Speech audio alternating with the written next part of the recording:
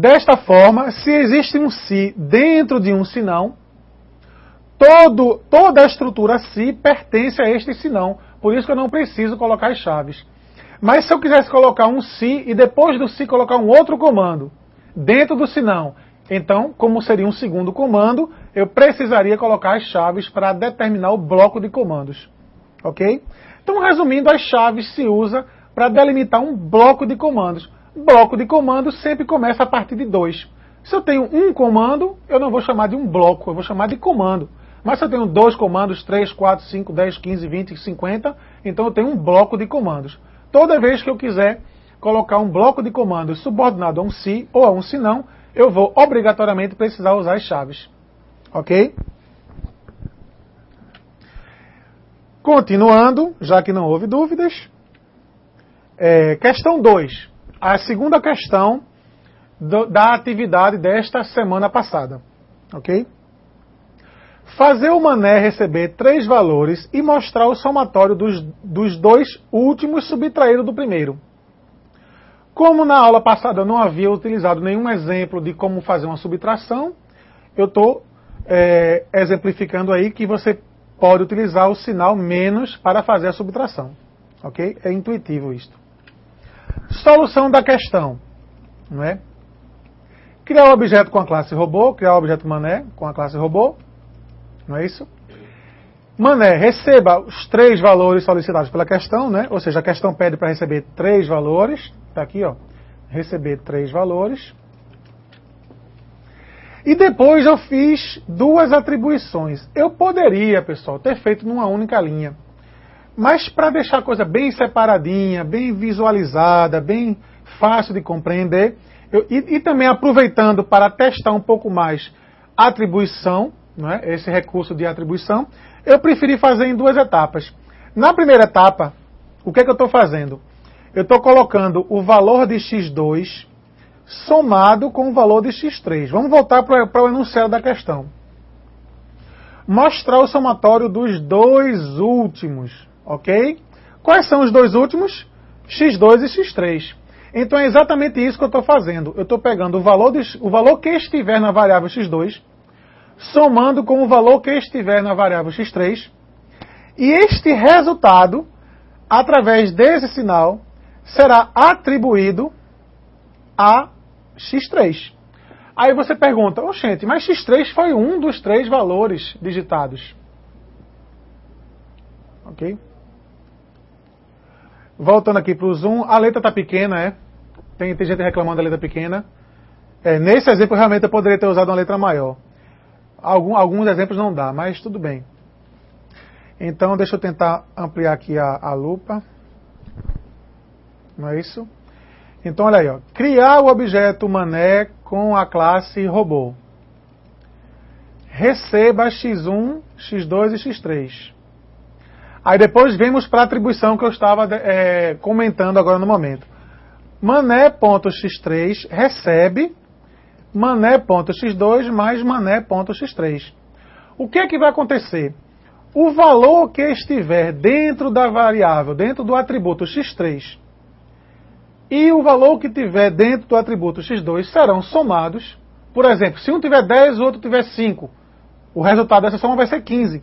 Então o valor 15, este valor 15 será atribuído a x3. Então x3, que inicialmente tinha o valor 5, por exemplo, vai deixar de ter aquele valor que foi o valor informado no receba e vai passar a ter o novo valor que foi o resultado da atribuição.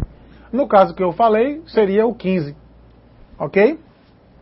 Partindo do princípio que x2 é 10, x3 é 5. Agora x3 deixou de ser 5, passou a ser 15. E depois seguimos para uma segunda atribuição. Voltando para o enunciado. Por que eu estou voltando? Porque ele pede o quê? Ele pede que eu some os 2 últimos e subtraia o primeiro desta soma. Olha aí, subtraído do primeiro. Então eu já somei os 2 últimos. Não é? x2 mais x3. E coloquei o valor dessa soma em x3. Não foi isso que a gente fez? Agora o que é que eu faço? Agora eu vou pegar x3 menos x1, que é o primeiro valor, que é o que eu tenho que subtrair da soma que está em x3.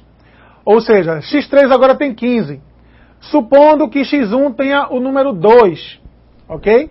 Então, 15 menos 2 seria o 13. Então, eu colocaria em x3. Então, x3 agora recebe o resultado da nova atribuição. Então, só fazendo uma pequena recapitulação, nós primeiros recebemos x1, x2, x3. Nesse momento da recepção, eu preciso realmente desses três valores guardados. Um em x1, o segundo em x2 e o terceiro em x3. A partir do momento que eu faço a primeira soma, joguei já o valor de x2 e o valor de x3 dentro da variável x3. Então os valores de x2 e x3 originais para mim não interessam mais, o que interessa é só a soma, que está lá em x3, que é o número 15, um exemplo. Não é? A partir daí, eu pego a soma que está em x3 e subtraio dela o valor de x1. E jogo novamente em x3. Poderia jogar em x2 também, como o nosso aluno falou. Ok? Então, supondo que o primeiro número seja 2, o segundo número seja 10 e o terceiro número seja 5, a soma dá 15 e a subtração com 2 vai dar 13. Então, x3, quando terminar essa última atribuição, vai ter guardado dentro dele o valor 13. Então, o próximo passo vai ser o quê? Mané.escreva mané.x3. O que é que tem dentro de x3? O número 13, obviamente, a solução da questão, o somatório subtraído do primeiro número. Questão 3, fazer o mané receber 3 valores e mostrar o somatório dos dois maiores. Não é? Bem, existem várias formas de se fazer essa questão. Na problemática da semana passada, vários alunos me mandaram de várias formas, não é? Okay, cada um com a sua ideia.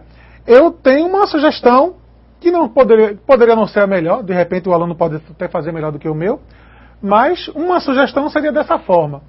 Qual é o raciocínio utilizado na solução desse problema? Eu não quero somar os dois maiores, então para mim ficaria muito difícil eu sair perguntando quem seriam os dois maiores. É mais fácil perguntar quem é o menor, não é? A partir do momento que eu souber quem é o menor, basta somar os outros dois, né? Fica mais fácil, não é assim? Então foi este raciocínio que eu segui nessa solução. Observe que a letra tá legal, tem alguém reclamando da letra? Não. Que essa questão, vamos colocar a lupa aqui para a gente ver se consegue seguir, certo? Mané receba x1, x2 e x3. Ok? Depois entramos num se. Observe visualmente, viu pessoal, que eu estou usando aquele método que eu ensinei de utilizar as chaves, mesmo que não necessário. Neste caso não seriam necessárias as chaves, porque só existe um comando.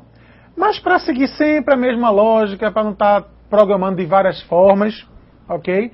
A gente está seguindo o mesmo padrão, eu vou estar sempre utilizando essas chaves, mesmo quando não forem necessárias. Até porque, se amanhã eu quiser colocar mais um comando aqui dentro, eu não vou ter que estar saindo correndo atrás de chave. A chave já está no lugarzinho dela, tudo perfeito, ok? Então vamos lá. Receba x1, x2, x3. Se mané.x1 for menor que mané x2, e ao mesmo tempo mané x1 também for menor que x3, ou seja, qual é a lógica dessa pergunta? Eu estou querendo saber quem é o menor dos três. Não é assim?